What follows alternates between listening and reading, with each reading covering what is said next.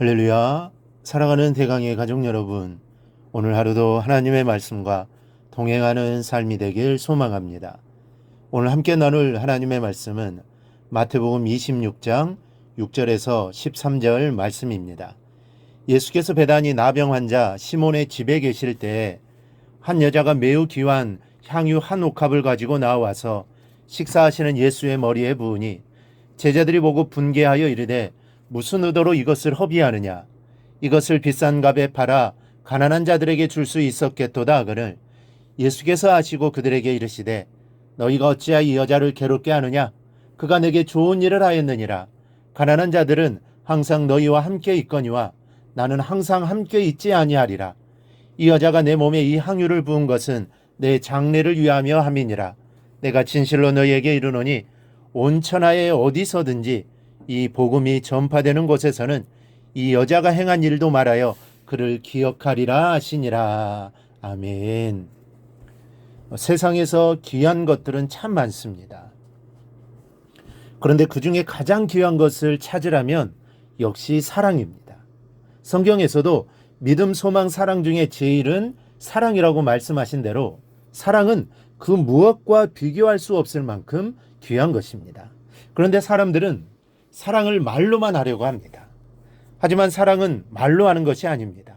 사랑한다는 말 끝에 손길이 따르지 않는다면 그 사랑은 거짓입니다. 사랑은 몸과 마음을 다 바쳐서 하는 것입니다. 진짜 사랑한다면 시간이 들어가고 물질을 들어가게 되어 있습니다. 여러분, 주님을 사랑하십니까? 우리는 기회가 있을 때마다 주님을 사랑한다고 고백합니다. 그런데 그 고백에 손끝이 따라갑니까? 발길이 쫓아갑니까?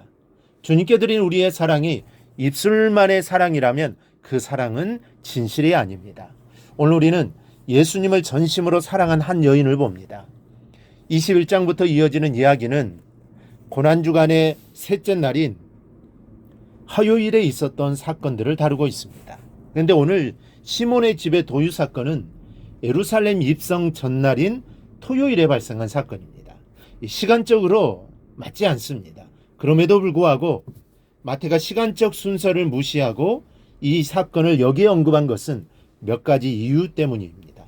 첫째는 이제 죽음이 임박한 시점에서 예수님께 기름 부음을 받으심으로 이 사건이 다가오는 주의 장례를 예비한 결과가 되었음을 기술하려는 것입니다.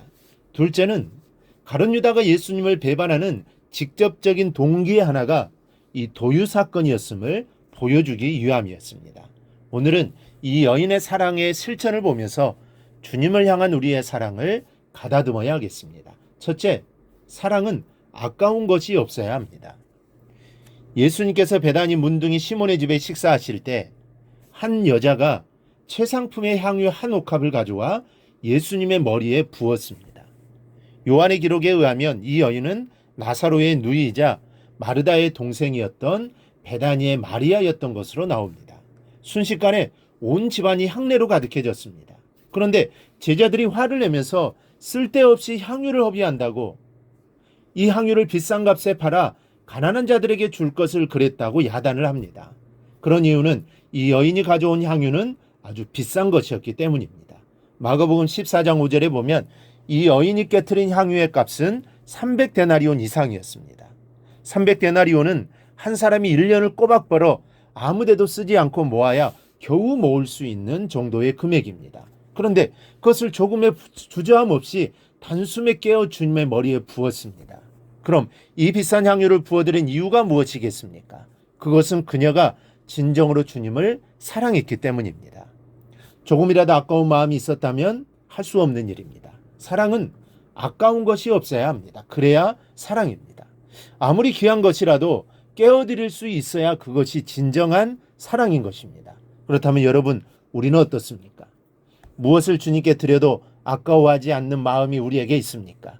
우리는 주님을 사랑한다 하면서도 주님께 드리는데 인색한 마음, 아까워하는 마음을 가지고 있지는 않습니까? 그래서 억지로 다른 사람의 눈 때문에 형식적으로 드리고 있지는 않습니까? 주님을 사랑하는 사람은 그와 같이 하지 않습니다. 우리에게는 진정 마리아의 마음이 있어야 하겠습니다. 둘째, 사랑은 상식을 넘어섭니다. 주님께 꾸중을 들었지만 제자들의 말은 상식적으로 보면 맞는 말입니다. 그 비싼 향유를 단 순간에 깨어버리는 것은 허비라고 표현해도 지나친 말이 아닙니다. 팔아서 가난한 사람들에게 주었다면 얼마든지 더 많은 가치를 생산해낼 수도 있었을 것입니다. 그러나 상식의 세계와 사랑의 세계는 차원이 같지를 않습니다. 사랑은 상식으로 알 수가 없는 것입니다. 계산으로 답이 나오지 않는 것이 사랑입니다. 사랑은 이것저것을 계산하지 않습니다. 그를 위해 내가 할 수 있는 것은 다 할 수 있고 내가 줄 수 있는 것은 다 줄 수 있습니다.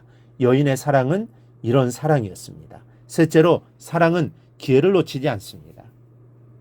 세상에는 어느 때든지 할 수 있는 일과 오직 한 번밖에 기회가 없는 일이 있습니다. 그래서 사랑을 고백할 수 있는 기회를 놓쳐서 평생을 후회하는 사람들이 있는 것입니다. 사랑의 고백은 단 한 번의 기회입니다. 이 여인에게도 그랬습니다. 가난한 자들은 앞으로도 항상 같이 있을 수 있지만 예수님은 이제 곧 십자가의 길을 가셔야 하는 순간에 와 계셨기 때문에 이 기회를 놓쳤더라면 다시는 기회가 없었을 것입니다. 여러분, 기회를 놓친 후에 옥합이 10개가 있다 한들 무슨 소용이 있겠습니까? 기회가 있을 때 그 기회를 놓치지 말아야 합니다. 이 여인은 이 기회를 놓치지 않고 멋지게 자신의 사랑을 고백드렸습니다. 여러분, 주님을 위해서 깨트릴 수 없는 것이 있다면 주님을 사랑한다는 고백은 거짓입니다. 오늘 한 여인은 가장 귀한 것을 깨어드렸습니다. 제자들조차 주님을 향한 사랑보다는 돈의 아까움에 마음을 주고 있을 때 이 여인은 주님을 향한 사랑을 옥합을 깨트리는 것으로 완성했습니다. 우리 또한 주님을 향한 사랑의 고백이 나만의 옥합을 깨트리는 손길이 뒤따라야 할 것입니다. 그럴 때 사랑은 온전해진다는 사실을 기억하고 오늘 하루도 살아가기를 주님의 이름으로 축원합니다. 오늘 묵상한 말씀을 굳게 잡고 삶으로 실천하며 살아내는 대강의 모든 성도들이 되기를 축복합니다.